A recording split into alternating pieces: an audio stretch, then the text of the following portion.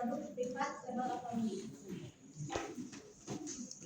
Aku Marisa Maria, Indonesia Filosofi, Surekonya. Saya upaya pecinta besar.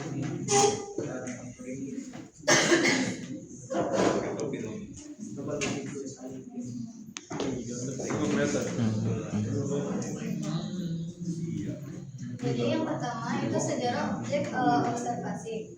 PT Migro Utama Indonesia (TBK) didirikan pada bulan Juli 2007 sesuai dengan anggaran dasar perusahaan. Ruang lingkup kegiatan perseroan antara lain bergerak dalam bidang perdagangan umum, termasuk perdagangan pasar atau swalayan dan minimarket. Perusahaan berkedudukan di Gedung Alfa Tower, lantai 12, 7 sampai 9, Jalan Jalur Sutra Barat, Alam Sutra Tangerang, Banten, 15413. Saat ini PT Migro Utama Indonesia (TBK) merupakan salah satu jaringan retail yang menjangkau masyarakat luas. Pada akhir 2017, jumlah gerai perseroan mencapai 1.444 gerai yang terdiri dari 1.396 gerai Alfamidi, 11 gerai Alfamidi Super, dan 37 gerai Lawson yang terbesar di beberapa pulau Indonesia meliputi Pulau Jawa, Kalimantan, Sumatera, dan Sulawesi. Jaringan gerai tersebut terdiri dari gerai milik sendiri dan dalam bentuk kerjasama waralaba dengan pihak ketiga. Didukung lebih dari 19.000 karyawan, perseroan melayani jutaan pelanggan di seluruh Indonesia. Yang kedua itu logo Alfamidi. Lambang biru melambangkan semangat keberuntungan dan keceriaan. Lambang merah, ketenangan, kepercayaan, dan profesionalisme.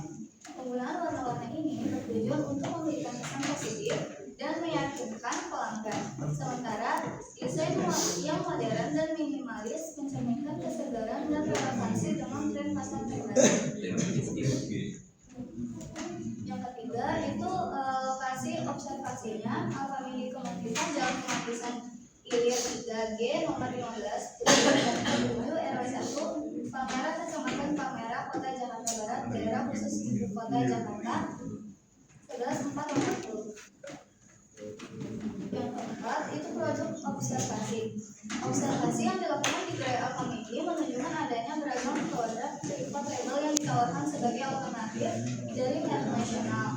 Salah satu produk yang diamati adalah Alfamidi telur ayam negeri kuning dengan kemasan ikat transparan berisi 10 butir telur seharga 33.900 yang menekankan aspek keterjangkauan harga sekaligus memudahkan konsumen melihat kualitas telur secara langsung. Produk kedua adalah Alfamidi kerupuk keripik pedas. Kerupuk keripik pedas dengan kemasan plastik transparan berpadu warna merah, putih, serta ilustrasi rumah adat Indonesia.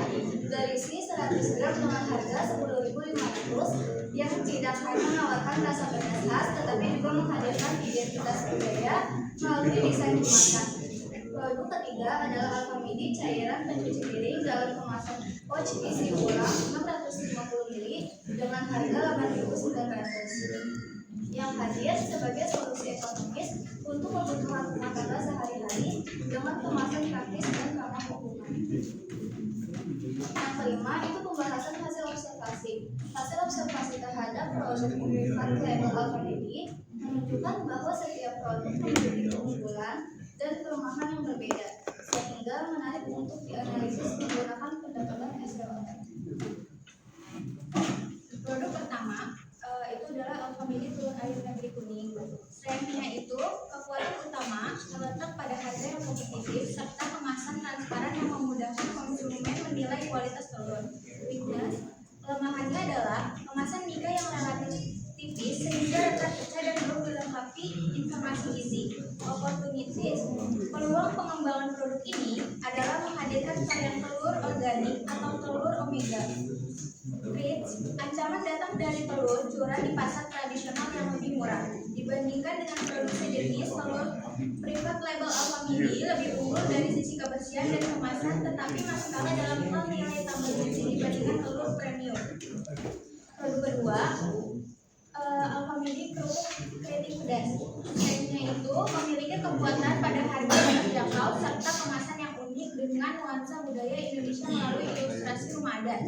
Weakness, kelemahannya adalah varian rasa yang terbatas dan daya tahan kerenyahannya yang bisa berkurang jika kemasan tidak rapas. Opportunities, peluang pengembangan ada pada penambahan varian rasa seperti balado atau jagung manis. Threats-nya itu ancamannya adalah persaingan dengan snack populer seperti Citato atau Taro yang sudah memiliki brand awareness tinggi. Dibandingkan dengan kerupuk tradisional, produk ini lebih unggul dari sisi branding dan kemasan, tetapi kalah dari segi variasi rasa dibandingkan snack modern. Produk ketiga, pencuci piring. Strength-nya itu memiliki kekuatan pada harga ekonomis dan kemasan pouch isi ulang yang praktis serta ramah lingkungan. Weakness, kelemahannya adalah aroma dan daya bersih yang mungkin belum sekuat merek besar. Opportunities, peluang pengembangan ada pada penambahan varian aroma seperti lemon atau jeruk nipis. Risk-nya itu ancaman adalah persaingan dengan merek nasional seperti Sunlight dan Mama Lemon yang sudah memiliki reputasi kuat dibandingkan dengan produk jenis cairan pencuci piring. Alfamidi unggul dari sisi harga, tetapi masih perlu peningkatan kualitas agar bisa bersaing dengan merek premium. Produk yang didapat dalam pengamatan itu ada Alfamidi telur ayam, terus Alfamidi gula putih, cairan pencuci piring dan lain-lain. Kesimpulan, produk privat label Alfamidi berfokus pada penyediaan barang dengan harga terjangkau namun tetap sesuai dengan kebutuhan konsumen sehari-hari. Keunggulannya terletak pada aksesibilitas tinggi di seluruh gerai dan harga kompetitif yang menarik konsumen sensitif terhadap harga. Meski demikian, kelemahan yang muncul adalah brand awareness yang rendah, varian produk yang terbatas, serta kualitas yang pada produk beberapa aspek masih kalah dibandingkan merek besar.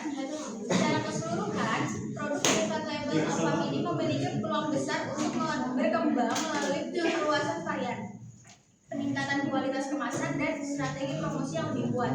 Namun, ancaman dari persaingan merek besar dengan loyalitas konsumen tinggi tetap harus diantisipasi. Dengan pengembangan yang tepat, produk privat label Alfamidi berpotensi menjadi pilihan utama bagi konsumen yang mencari keseimbangan antara harga dan kualitas.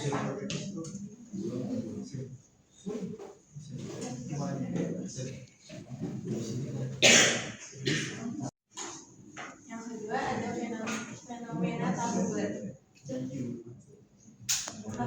Sejarah tahu bulat. Tahu bulat adalah sebuah perjalanan sejarah yang unik model bisnis yang cerdas dan sentuhan popularitas dari dunia digital.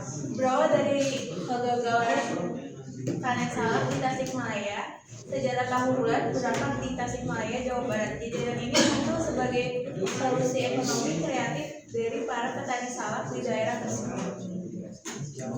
Pada suatu masa, petani mengalami keterpurukan akibat kualitas salak mereka yang salah bersaing dengan salak dari daerah lain. Untuk menyambung hidup, mereka pun beralih profesi. Dari sinilah inovasi tahu bulat lahir. Para mantan petani salak ini mulai bereksperimen dengan olahan tahu yang sudah tidak asing lagi bagi masyarakat Sunda.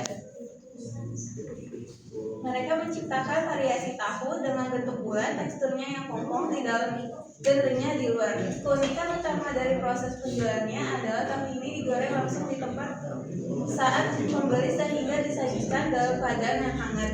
Model bisnis yang gesit dan ikonik. Kunci utama penyebar masif tahu bulat ke seluruh penjuru negeri terletak pada model bisnisnya yang inovatif dan mudah dijual. Selanjutnya ada jingle atau slogan unik. Salah satu elemen paling ikonik dari tahu bulat adalah jingle promosinya, yaitu tahu bulat digoreng dadakan 500-an yang diputar berulang-ulang melalui pengeras suara dengan lirik yang sederhana dan nada yang mudah diingat. Jingle ini menjadi alat pemasaran yang sangat efektif dan menjadi ciri khas yang tidak pantas dari tahu bulat. Selanjutnya ada sistem kemitraan. Penyebaran pedagang tahu bulat dari Tasikmalaya ke berbagai kota difasilitasi oleh sistem kemitraan atau yang dikenal dengan sebutan kelompok.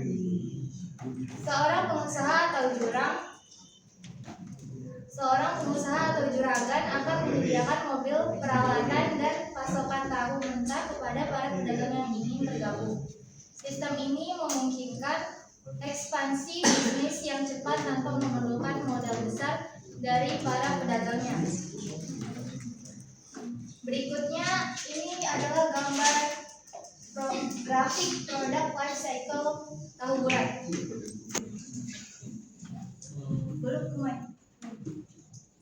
Di situ ada introduction, yaitu pengenalan, tahap awal saat produk pertama kali diluncurkan.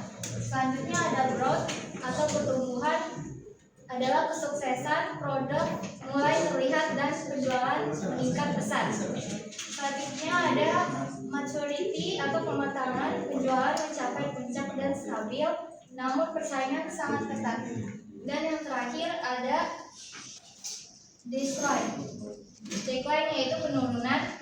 Permintaan produk menurun karena konsumen beralih ke produk yang lebih baru